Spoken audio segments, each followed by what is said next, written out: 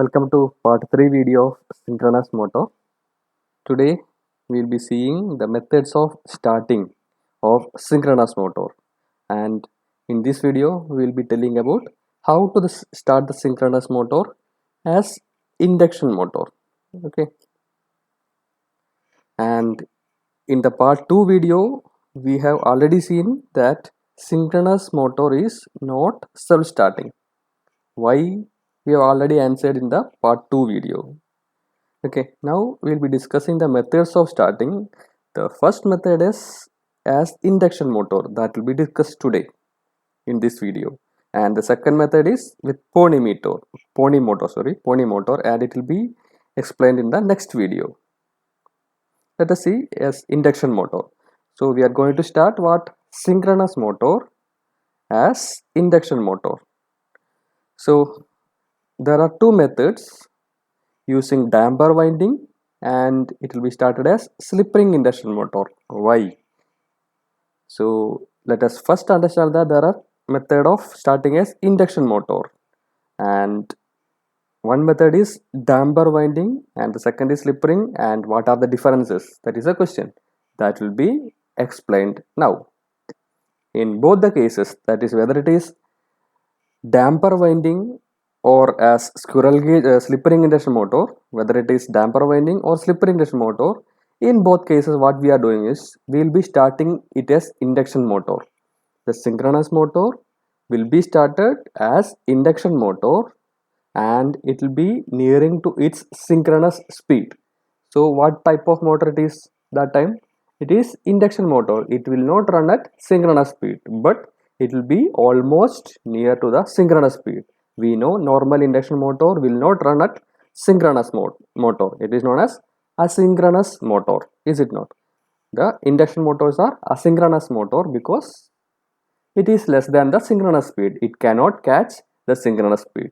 So the method is to run the motor as induction motor, and it will be brought or it will be taken to the rated speed or near to the rated speed. Let us say 1500 is the synchronous speed. Almost it will be running at 1490, 1495, and that time we will be giving the excitation, and once excitation is given, automatically it will be synchronized, or the stator magnetic flux and our rotor will be magnetically synchronized. So after that it will be running in synchronism, or the motor will be made as synchronous motors. Okay, let us see the details. Previously, as we told, a moving bus, when a bus is moving, if we want to get in, what we are going to do? We have to run behind the bus, and we should be moving near the speed of bus, and once almost is same to the bus speed, we will be getting into it, that by jumping into it, is it? So almost same concept here. So first we will be seeing as squirrel cage induction motor.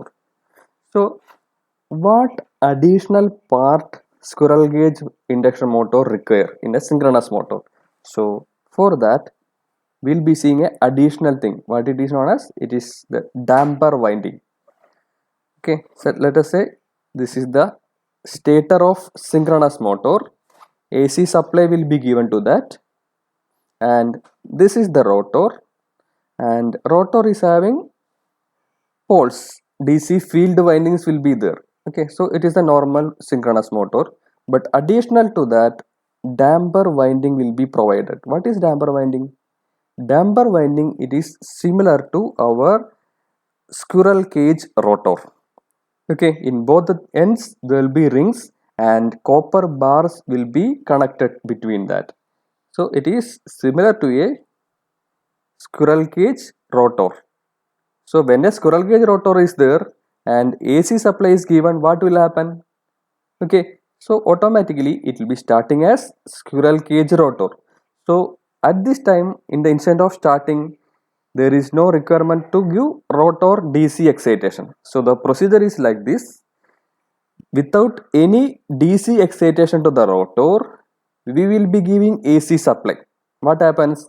The AC supply will be setting up a rotating magnetic flux. Its speed is known as synchronous speed. Fine. In this condition, what happens? The squirrel cage rotor, in this rotor side, it will be making the rotor rotating because it is acting as what?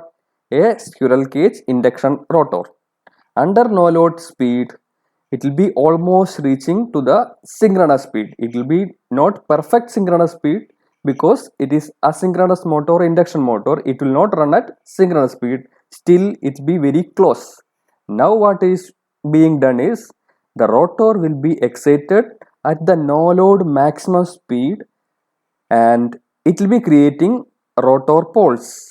The DC excitation will be giving rotor poles, and now at this condition the rotor poles and the stator rotating magnetic field will be magnetically synchronized, and when it is happening the rotor will run at synchronous speed. So this is the method of starting synchronous motor as squirrel cage induction motor. Okay, so this is the first method. The synchronous motor is starting as squirrel cage induction motor. Okay, is there any problem with this item? Yes, there are some disadvantages. As we know, when a squirrel cage induction motor is started, it will be taking higher starting current, is it not? It is taking higher starting current. The squirrel cage induction motor will be taking higher starting current, but there will not be good torque. Heavy starting current will be there, maybe up to 6 times the rated current. The current will be increasing in starting, but starting torque is going to be lesser. We know that because the voltage is reduced at the starting because of some starters. Okay, so the starting torque will not be as good as even the higher current is there. So the higher current is there, still the starting torque is less, and what we have to do for reducing the starting current? We have to use starters. There has to be DOL starter or auto transformer starter or star delta starter. All these are the disadvantages of synchronous motor starting with operation of squirrel cage induction motor. Okay, so how we will be able to overcome this problem? We can start the motor as slip ring induction motor. Okay, so what happens? The stator remains the same as in a synchronous motor. There is no change, and rotor will be wound with a star connection like this. And in the starting, what happens? There is no DC supply to this item, and at start this will be acting as a slip ring induction motor.